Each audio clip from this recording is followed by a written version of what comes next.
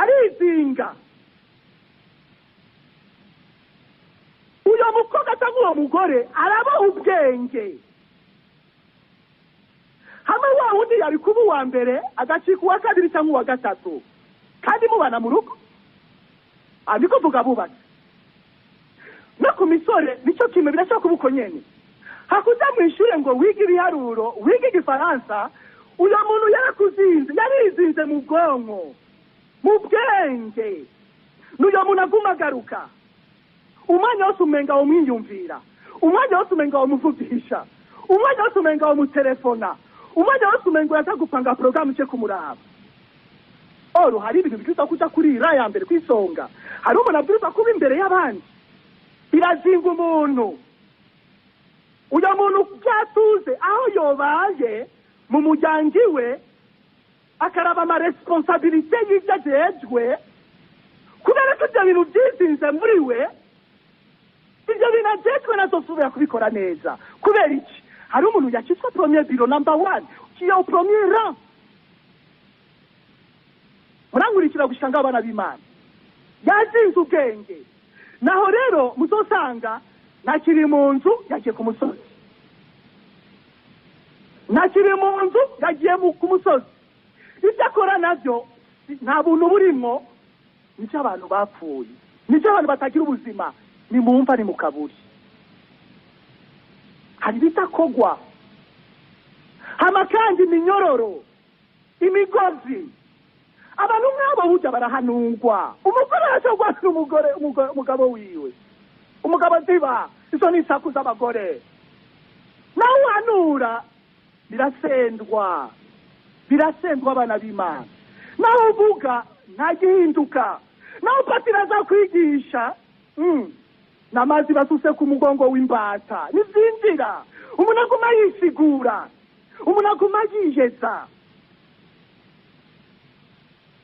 mukabaguma yisigikira ngo gushika basi avuga ati none ko ntarafatwa reka ngume muri ibyo bintu bana b'Imana ibyo ni ibintu bizinga umuntu nanza ako karorero kamwe gashobora kumurikira n'ibindi bintu turashaka kugenderwa kandi n'umutima mubi w'inzoga kuko ndi icupa ukunda icupa gusumba Imana birabaho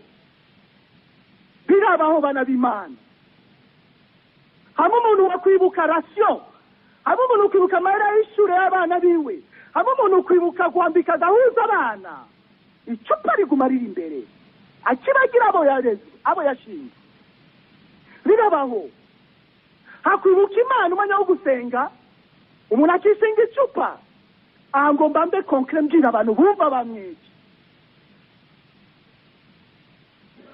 naranyoye inzoga ndazizi kandi sinazinyoye gusa narazikotomera ndakunda kwiyumvira mbega umuntu anyoye amacupa 3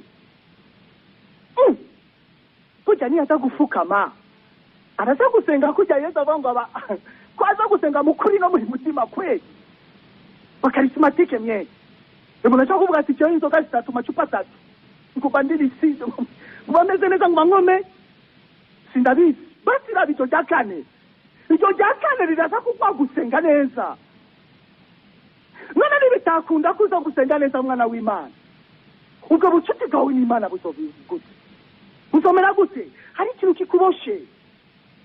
kikuboshe umukristo wese adasenga hari ibintu adashobora gushikako kandi igisabisho nk'uko Mweranda Padre Pia bivuga la prière est la clé qui ouvre le cœur de Dieu igisabisho n'urufunguruzo kukurura umutima w'Imana iyo ntabaye neza mu mwanya wo gusenga umubiri n'umutima bitameze neza sishaka kugurura umutima w'Imana ndaboshwe ubashwa amezate n'uyo hari ahantu yoshika hari ibintu yo kwinjiramwo mugabo hari inzitizi ahantu imitima mibi usanga yarazinze abantu mbere no mu banaguwe bikaba bikiturimwo ukububeshi ikinyoma hamwe ikintu kinyoma bashobora kucita umenga ngo igicumuro cyiza n'agacumuro keza peshe minyo ugasuzugura icyo kintu wakoze ukagifata gito. Iko twese tubigenza, abarundi biko bameze. Bizoca bivyara iki? Ninasenga bizoba induru mu maso y'Imana. Ninasenga igisabisho canje bikizo kwakirwa n'Imana nk'uko bikwiye. None abantu baboshwe gutyo bakeneye iki? Intambwe ikira kabiri, bakeneye Yesu ni wabohora imbohe. Bakenewe Yesu ni wabohora imbohe. Kuko umuntu atarugurura umutima wiwe nyako, jadabo ja Yesu avuga ngo abavuga mukama sibazo kwinjira mu ijuru. Tuzogira louange. Mugabo gasanga ijuru nacyo tubona. Turakeneye Yesu. Uri no kongre bana b'Imana turakeneye Yesu. Amen. Amen. Turakeneye Yesu kandi mutima aramutwereka. Ubohora imbohe amezati. Reka manze nange témoignage yanjye. Mbanze nivuga uwo ngomba kubabwira. Birananjoheye kubona sigaye imisi mike. Nzoba nkwica imyaka 18 menyero nuko charismatique. Naguwe muri mutima mweranda. Ku munsi wa mbere usitaki 28.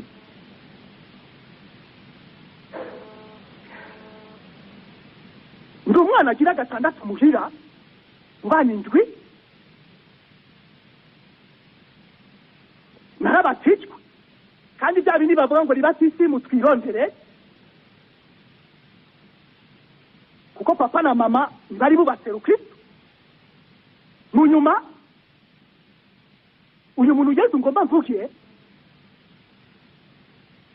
naramutangariye gushika no munsi ahazondungika nzogenda nyagisiza byiwe.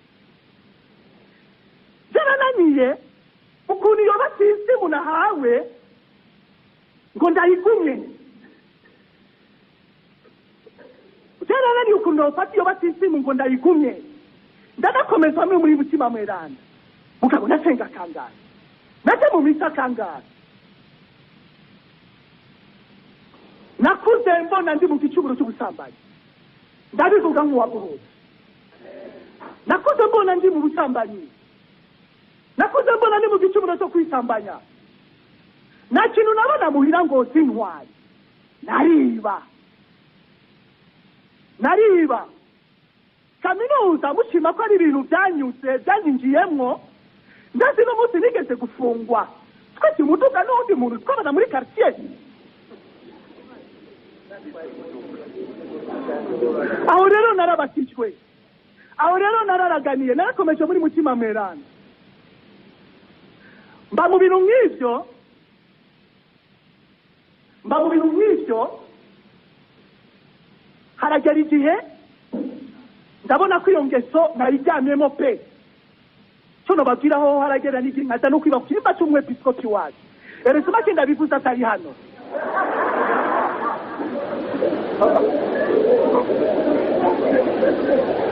Naragumura abajene tw'abana tugafata urugendo. Ndaba mu ngeso nk'izo mbi. Ibyo nari nababwiyeho by'inzoga. Naragotomera. Nabamwishira hano yitwa Abami. Ni ukuvuga Association de Buveurs de la Vanguardie. Ishyirahamwe ry'abanywa inzoga mu gitondo. Kuko utangiye kunywa inzoga mu gitondo birinda rirengunywa. Aho twakura amahera twari yaranje. Nta nzoga twabura. Cyarazira ko umunsi urengana nyoye icupa. Cyarazira niyo byashize nkabura. Nariruka ku idepo. Ku idepo nkagura icupa rikanye. Ngosomera kugira numve mu mutwe ko nanyoye inzoga. Uyo munsi ko nanyoye inzoga. Muri 1999 turiko turategurwa kunagurwa muri mutima mweranda. Niyo nabona Yesu. Ndamubona nk'Imana nziza. Ndamubona nk'Imana ije kuntabara. Imana kandi iri simple. Nabihanitse. Dasaze. Naramukundiye gushika no munsi. kuva icyo gihe inzoga naciye mpagarika ko zari zaramishe. Sinshake kubabuza inzoga oya, mugabo ukabona zo kuzinga zihoze.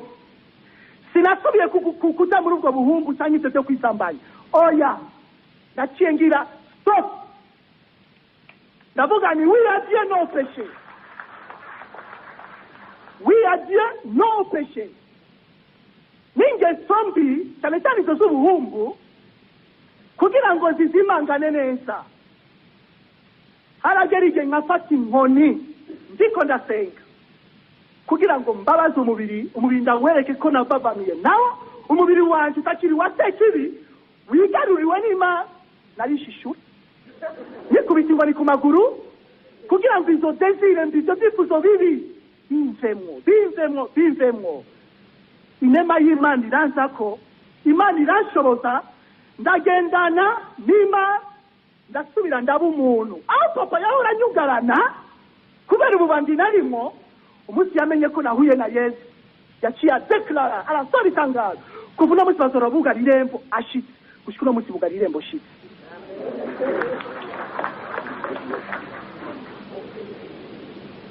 Ubohora imbohe amezate bana b'Imana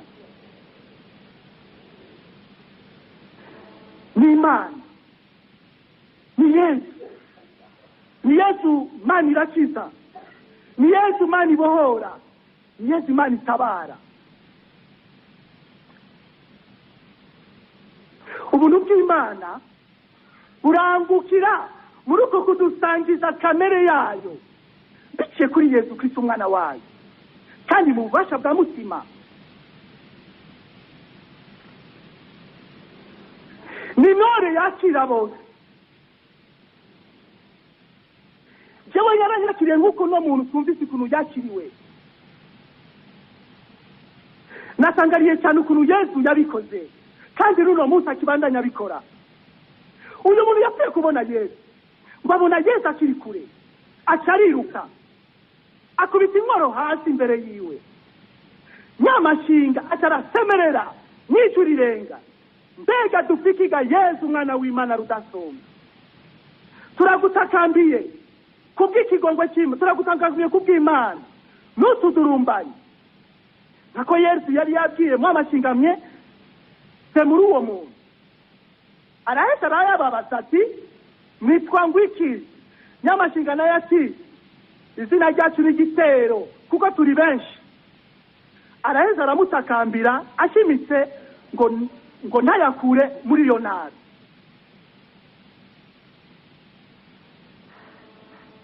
Mu kubahora Yesu abigenza ate? Muramwumvira mvuge ukuntu nabonye la simplicité de Jésus.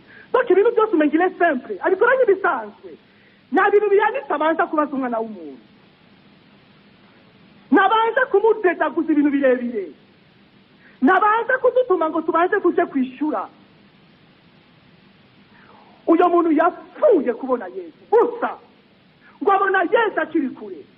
Ku karongo ka mbere twumvise ngo bashika hakurya y'ikiyaga mu ntara y'Abagerasani, ngo Yesu akiva mu bwatsi, ubwo nyene uwo muntu yarizwe n'amashinga aza kumusangana. Gupfa kubona Yesu, gupfa kubona Yesu nukuvuga ubwiza bwiwe buca butubohora, ubwiza bwiwe buca budutabara, igihagararo ciwe imbere yacu tuca ducika abandi bantu bazima. Amen. Nivyo ni Yesu akiri intambwe ya mbere, ni Yesu akiri intambwe ya mbere, sivyo? Kuko ni waturondera, ni waturondera, ni waza kugana iyo turi, ni waba yafashe programu no muri no kongre. Mwana w'Imana mushinga naye mufaso ni kuranyumviriza, mutomera w'Imana na Bikira Maria, Yesu ari kuri randevu yawe, afite programu kugira ngo abohora abana biwe. Kuko ibituboshe birahari, ni byinshi, nari bicumuro bikomakomeye cyo kwa twaravuyemwo, hari ingeso, hari ibintu bituboshe duto. Niko ndazirikana ino jambo ry'Imana, niko negura ino nyigisho, ndasangarira cyane kubona amamarayika bazi Yesu ko ari Imana, umwana wa rudasumbwa. Nako amashetani azi ko Yesu ari umwana wa rudasumbwa, kandi azi ko Yesu ari Imana. Kubera iki? Yaja kubita inkoro hasi, yaja kubita inkoro hasi. Gukubita inkoro hasi ni ukuvuga ni Imana ikwiye gusenga, kandi binabereye ko Yesu abigirirwa. Amen. Binabereye ko Yesu abigirirwa, kuko niwe Imana yaduhaye. Imana yigize umuntu ngo abane natwe kugira ngo turonke ubuzima. Paulo Miranda mibaruwe yanditse Abanyafilipi kabane cya 2 arabivuga neza ngo nicyo cyatumye Imana imushira hejuru ya byose, ikamugabira rya zina nyaryo rirenge yandi mazina yose, kugira ngo ku izina rya Yesu bose bakubise ibisukamiro hasi, abari mu ijuru, abari ku isi, mu ijuru no mu kuzimu kw'inyenzi, kandi ngo ururimi rwose rwature ko Yesu ari umukama mu bunyaza bw'Imana se. Amen. Amashetani yarasanzwe abizi, kandi Yesu atarizura mu bapfuye. Yesu rero ameze ate? Ni Imana yuzuye umpuhwe, ni Imana yuzuye ikigongwe, ni Imana yuzuye urukundo. Yaje kubera iki? Uyu muntu kuva uno munsi abonye Yesu agiye kuvuga, nazosubira kuboroga, nazosubira kuba mu mva no ku musozi, nazosubira kwitabagura n'amabuye, kwitabaguza amabuye. Ibintu bigiye guhinduka, ibintu bigiye guhinduka, kuko ubohora imbohe yaje kandi ameze neza cyane. N'abantu Yesu ajazanye ngo baza kumufasha gufata iyo nguru, kuko baduze bijambo cy'Imana bashaka bari abantu batagira ukuntu bangana, ntibashobora kumumesiriza, kumufata. Yesu aje wenyine, wenyine. Ikindi kintu nariko navuga ni ibintu bisiga ubwenge. Yesu hari umugozi mumvise yacazanye, hari iminyororo mumvise yacazanye. Sa présence suffit. Igihagararo cyiwe kirakwiye, igihagararo cyiwe kirakwiye.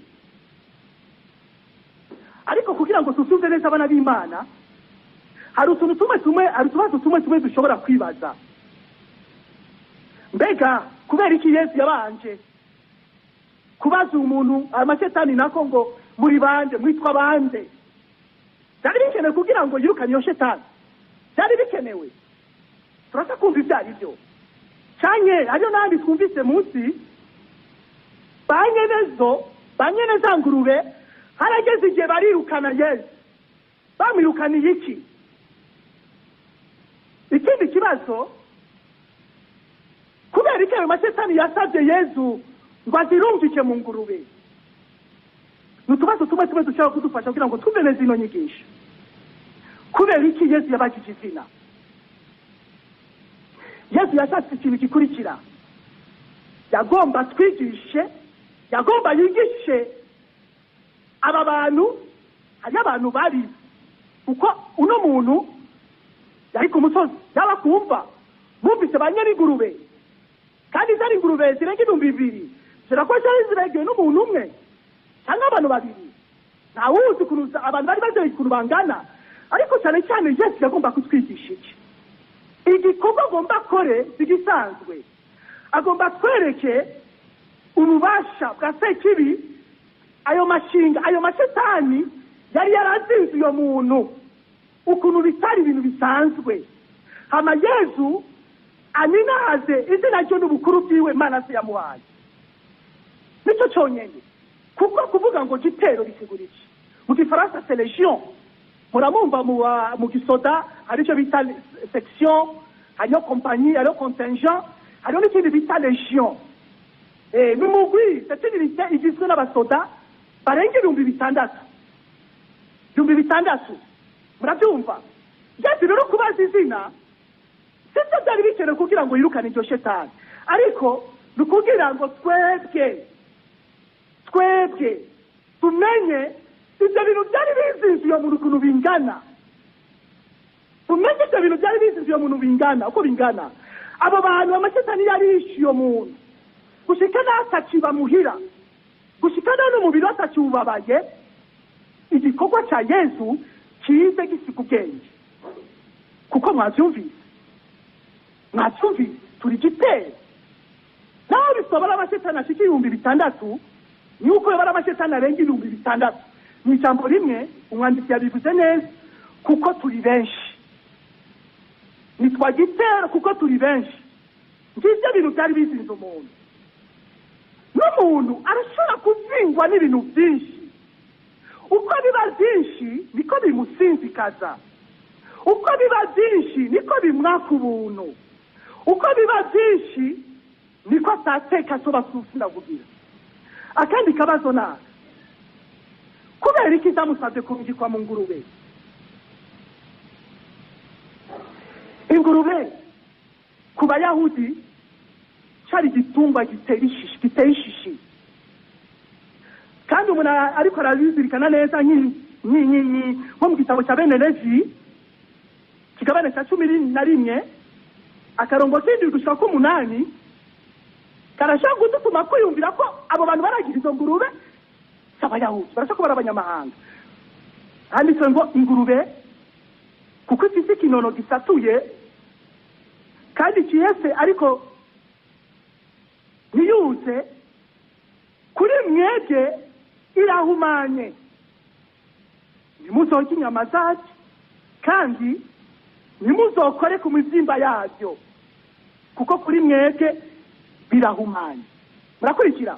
Uyo n'umukama yavuze mu gitabo cya Bene Levi 11 akarongo k'indwi gushika 5 11 akarongo k'indwi gushika 8 kigabane cya 11 mutamuva ico gitungwa kirabereye ko ayo mashetana yeza yarungika muri ivyo bitungwa sivyo cyarahumanye. Akandi kabazo aba bantu babwiye Yesu ngo tuvireho kubera iki? Nivyo baragize ubwoba kuri ibyo bintu byari byabaye kuko uyo muntu yararagiye ingurube yaciye aja kubwira abantu twabyumvise araza kuyagira abantu ibintu ahiteze kubona n'ibintu yumvise. Abantu baciye bashobaduka barazi hakuryoherwa ko Yesu yabohoye umuntu bo baridoze barababaye. Tuvireho babaje niki ibintu Yesu yakoze ntibabitaho. Ibintu Yesu yaranguye birabasiga. Igisumbi kindi izo ngurube zabo 2,000 zagiye. Izo ngurube 2,000 zagiye gusomanura mu kiyaga. Nagerageje kuzivunja ingurube uno munsi Bujumbura yashaka kubikuguyumba 300. Kigurube kizima gikomeye 300 arashaka kubarenga. Ibaza ingurube 2,000. Cyaziki kimiliyoni 600 y'amayira y'amarundi. Ingurube bakwirira inyama, ingurube bakwidandarije. Yesu arashimye ko zinjirwamo abashetani kuko zarahumanye. Umuntu arasumba ingurube, umuntu arasumba amafaranga. Amen. Uyo Yesu amezatse. Yesu arahise ku muntu. Ashaka ko umuntu abohoka. Ashaka ko umuntu avavana nako kantu kose uko umuntu yogafata gato mugabo ko ubona ko kamuzinga naco bari ikintu gikomeye abona ko kimuzinga ko avavanura nacyo. Yesu amezate azokwama avuga kandi azokwama akora. Azovuga kugira ngo umwana wiwe yumve, azokora n'ibimenyetso kugira ngo twebwe tumenye tunamumenye gusumba.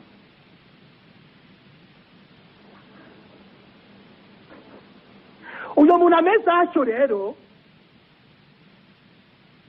birakwiye ko twifata nkawe, birakwiye ko twigenza nkawe, birakwiye ko tumushingira inaye. Amen. Amen. Nagoma ngire témoignage jewe kuva naguwe muri mutima mweranda gushika uno munsi ndiko ndabivuga kandi ndabitangaje cyese Yesu anyumva. Naramwemereye ko igicumuro cyose giteguwe ntazopfa ndagikoze. Igicumuro nateguye murakurikira ari umuntu ashaka gucumura kwera amagara make yiwe, amagara make kandi amagara make bukebuke Yesu aratububohora. Maze imisi ndiko ndarondera permis de conduire biométrique abatumva ivyo arivyo ni permis nshasha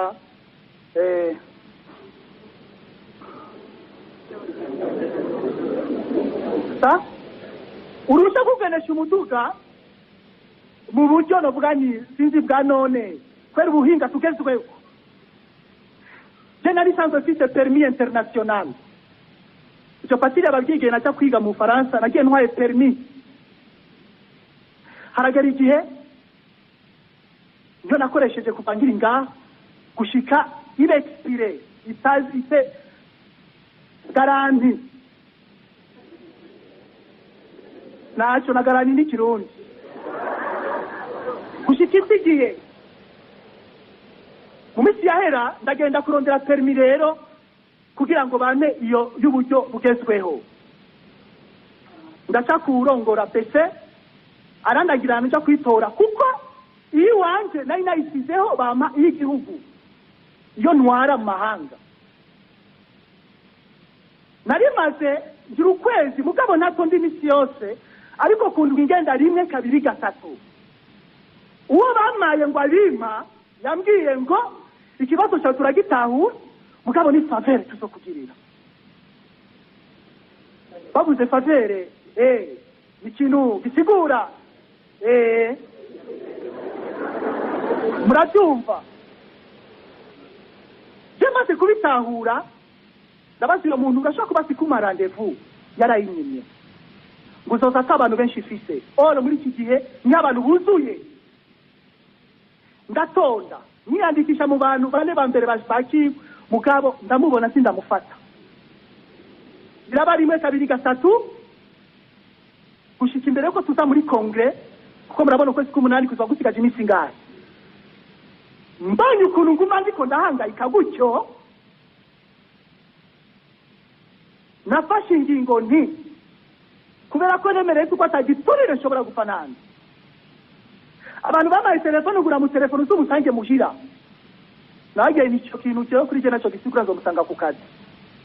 Nafashe ingingo nti jewe ako ubucuti gahenda je na Yezu umera nabi ndemeye ndosubira kwiga nje mwishure nige hamanze ngira ikibazo nce permis urusha kugendesha imodoka kugira ngo niha amahoro.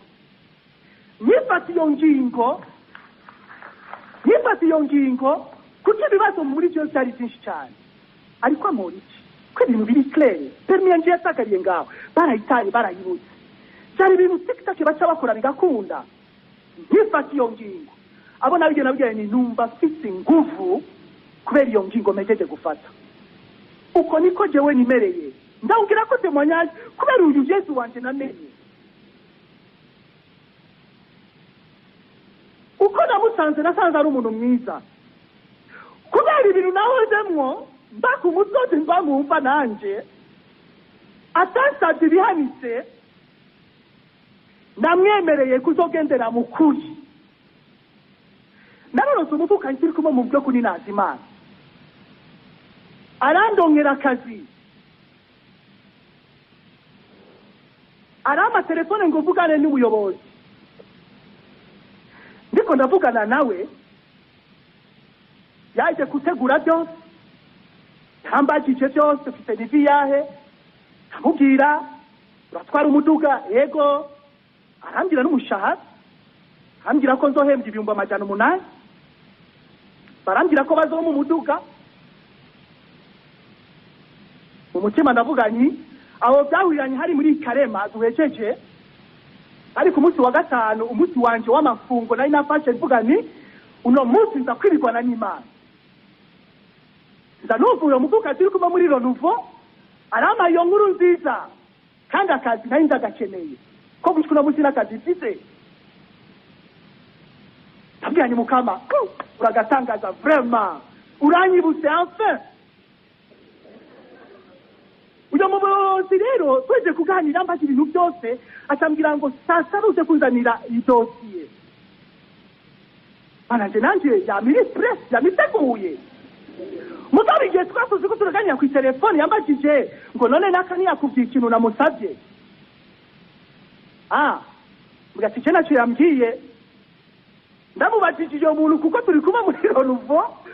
Cyo berger wiwe ambwira ngo Berger ufati yansavye ngura muronderera agacupa k'umuvinyu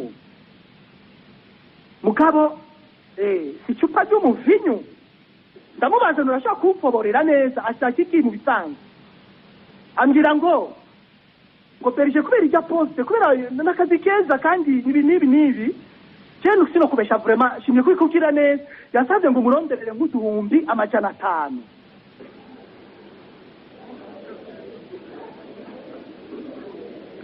bana b'Imana naragize icyo navuga mu gifaransa la sensibilité ubwo nyene mu bwenge no mu maraso ndanuba ni uri sekije oui à Dieu non au péché non à Satan ego kumana oya kuri sekije kirazira haragera igihe ntangura kuganira n'uyo muntu nzi ko ari umukarismatike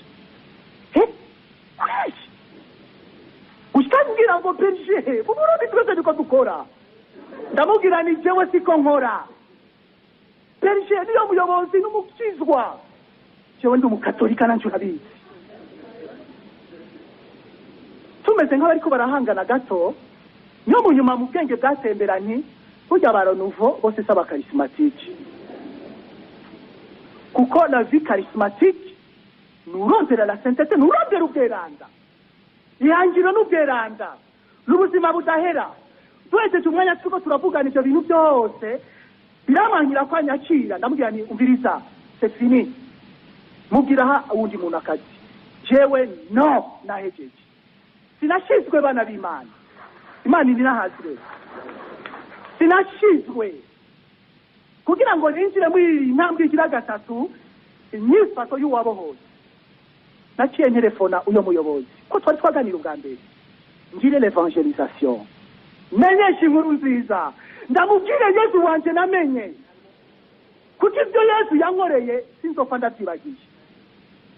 ndavyibagiye naramutelefona namubwira nti nyakubahwa muyobozi ndagomba gukengurukiye ko ari wampaye ikibanza ariko mbonye umenga si canje ivyo naka yambwiye jewe navyo nokora kuko ndi umukristo ambaza ngo umukizwa ndi umukatolike ambwira ngo okay zihose abakeneye akazi ni benshi ndamubwira Imana iguhezagire ngira umunsi n'umunsi tuzohurira mu ijuru Imana ninahazwe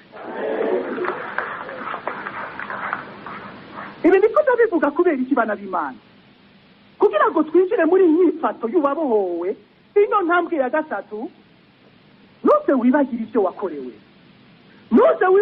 wakorewe uyu muntu yibera mu mva uyu muntu yari yataye umuryango uyu muntu ubuzima bwiwe bwari bwarasinzikaye uyu muntu atateka yaragifite mu bantu no ku Mana abohwa yitabagura ibi bintu Yesu yamukoreye ntiyabyibagiye ni nacyo gituma Yesu yamutegetse ariko aramubwira ati Mukama ndagukurikire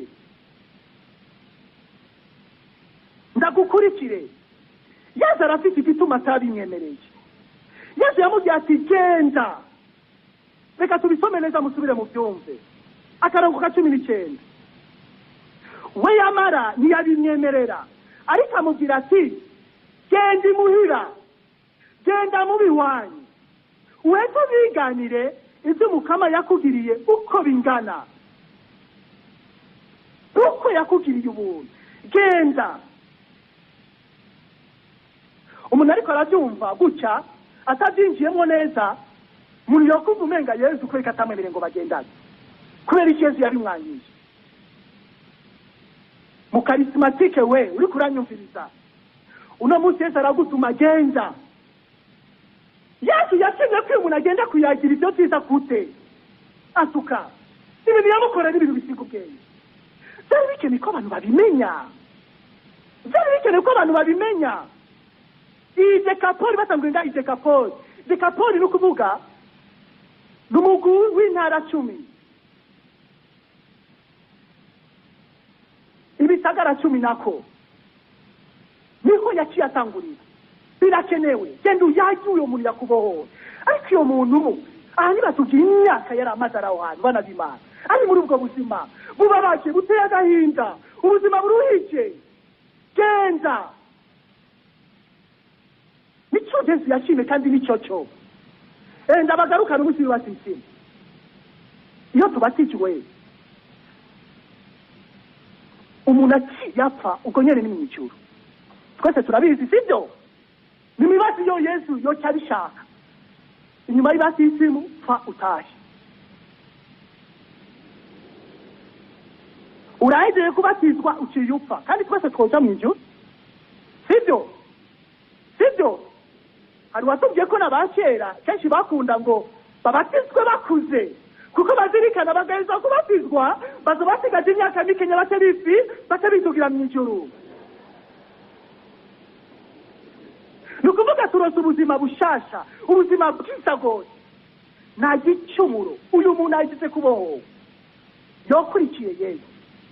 Niba uko n'uwabatijwe yoshika gaca kurikira Yesu mu ijuru bagaca mugamira Imana ikishakiki. Iyi batisimu igendere, ubuzima bushasha urose bugendere. Genda uyagira abantu ibyiza Yesu yagukoreye. Ndashobora kuba naragiye n'uno munsi Yesu arasubira ndungike, nawe urashobora kuba waragiye uno munsi Yesu arasubira kurungike. Mbega ugenda he bana b'Imana? Nagomba nyagira bumva ngo ni ya ma mission d'évangélisation twamakujamo kumenyesha inkuru nziza.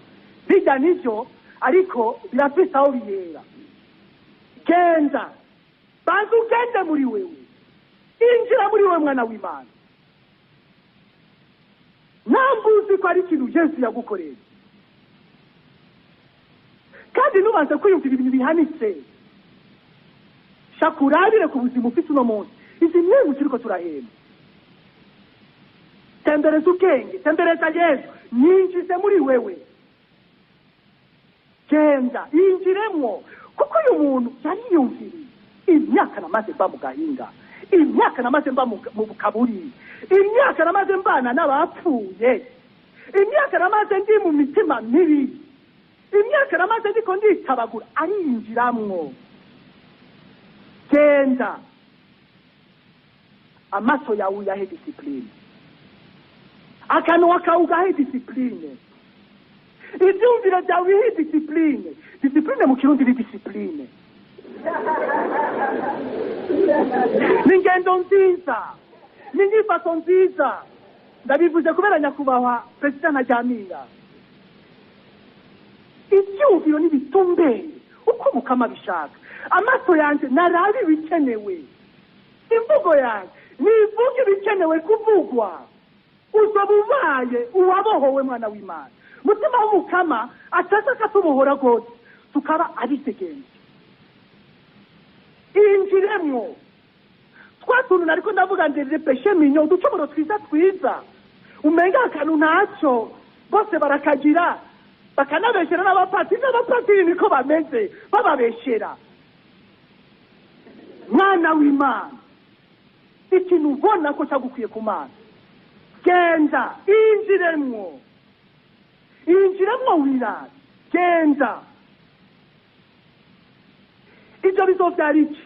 Hari umunsi Mukama zo guhagurutsa ugende muri Decapoli, muri ibisagara 10. Ibisagara uzotangura muhira, uzotangura muryango wawe, uzotangura ku kazi wawe. Mugabo babanze kubona ko twabohowe.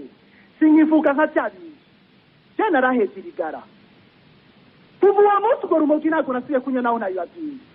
Icyo tabi nacyo nasubiriye jamais nukuri nako ubwo buya ko sinabisubiriyemwo. Yesu yararamwinjije turagendana nawe muri je ndagira full stop. Ego ndahagarika byose injiramwo. Hamwe papa na mama bari banzi ko ndi umwana w'imbandi, baratangura kubona ko naseko umwana w'umuntu. Ndakoropa inzu, ndakaturugwa, nkaba umwana w'umuntu ndiga no guteka. N'umunyabujumbura mfite abo tuvukana b'abakobwa 4. Imana irandera genda gushika uno munsi ndagakunda niyo umuntu ariko arambira amagara make yiwanje. Twinjiremo barabimana bizotugira bidege icyavutse muri ibyo byose niki. Papa na mama kubera ko babonye ukuntu ninjije Yesu muri jewe, akinjira muri jewe, barabona ko byeze natakira imbandi yabaye umwana. Ndiko mvuga Yesu bana b'Imana yangiriye ibyiza, harageze igenda ngirira papa na mama ibari babana nako ibasangira bari bawasera Kristo. Papa yafise umugore wa mbere niwe bari bagiye ari umugore w'indowa. Ndagira inyota yuko papa na mama batazopfa batarasangira. Uyu Yesu ubucuti bwajewe nawe kubera ko bwagiye bukura bwagiye buduga, Yesu yarabinkoreye. Yesu yarabinkoreye ku buryo kandi busiku ubwenge. Natumbera umusaserodoti kuko papa na mama bari bakuze, ndamwiganira ikibazo. Cyasanga rero uwo ndavyiganiye, cyasanga nawe cyaramubayeko. Ubuzima bw'abavyeyi biwe nuko nyene.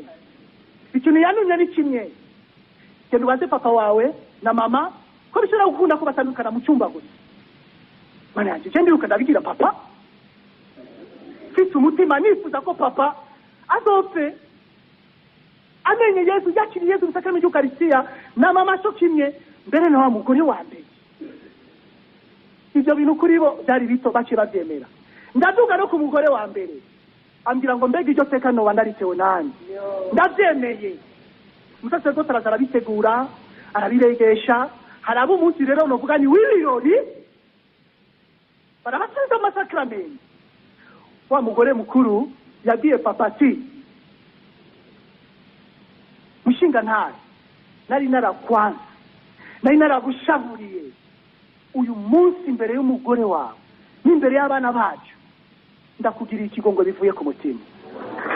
Ibintu byose wangiriye ndakwemereye, urungiye kuba mushikawe. Kandi byari byo.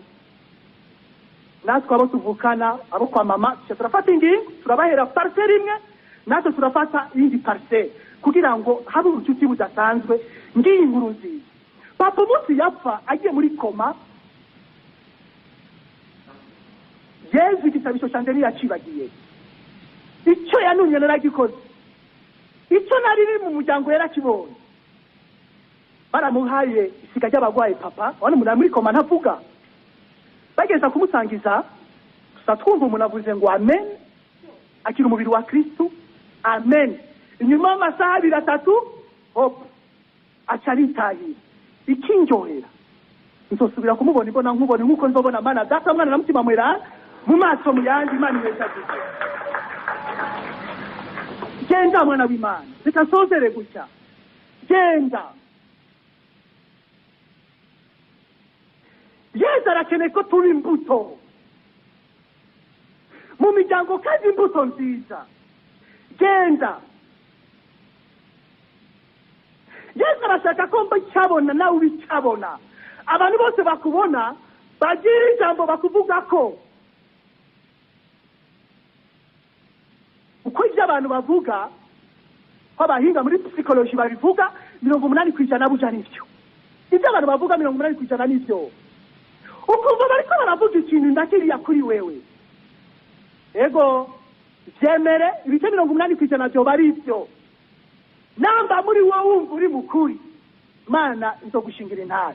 Mukaba tembera muri wewe, injiremwo.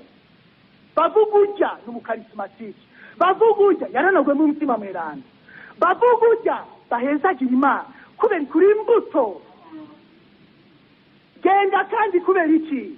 Abantu baze kwa Yesu bana b'Imana, abantu baze. Yesu yaragiye, Yesu yaruriye mu ijuru, ubu turi kumwe na Mutima. Igikorwa cya Mutima ni kugira ngo aninahaje Yesu muri bande, muri twebwe atari abanaguye gusa. Tumere nka wa mugore wa Munyasamariyakazi amaze guhura na Yesu, yarirutse ngo nimuze muraba umuntu yambyize nakoze byose, niyo bariwe Kristo. Genda kandi bakibashoboka baraje bariruka. mu nkuru nziza kwa Yohani gabane cya naho biri akaruka 40 gushika 41 handitse amajambo ngo aho abanyasamariya bamaze kumwegera naho baramwinginga ngo agumi wabo. Uyo ni Yesu ngo agumi wabo. Araheza hamara iminsi 2.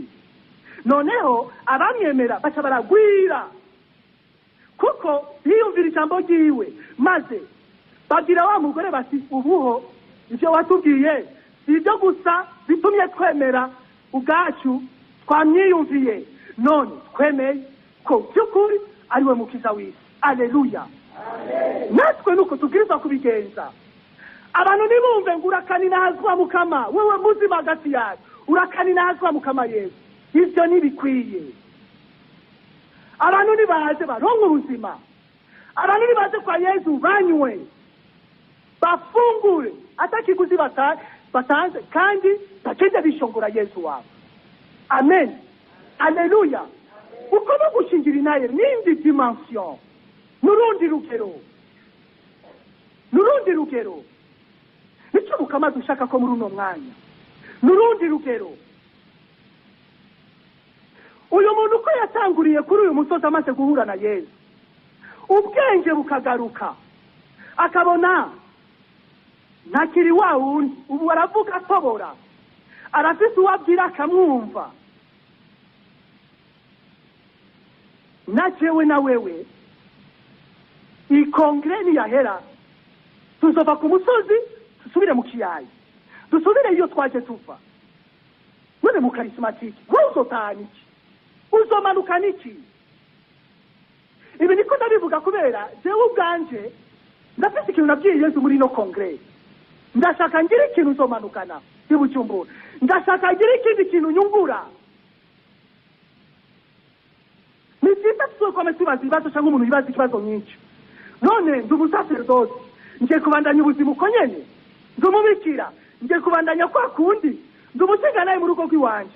Abana bagiye gusubira kumbona kwa kundi, ndumusore ndi nkumi bazombona kwa oya. Tugende dutera ibibazo abantu babona kandi gahuzu twambaye gashasha. Amen.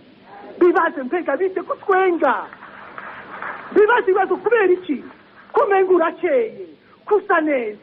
Tuze tubabwire ni wa muntu yitwa Yesu, ni wa mwana wa rudasumbwa. Twarahuye nawe muri kongre. Imana ihezagirwe, Imana ihezagirwe bana b'Imana, Imana ihezagirwe. Ngoma ndakwifuriza icyanyuma, tugira agacerere, ndakwifuriza urugendo rwiza, ndakwifuriza urugendo rwiza. Tugomba kugira urugendo na Yesu, tugomba kugira urugendo na Yesu, kandi ndakwifuriza urugendo rwiza kandi rweranda.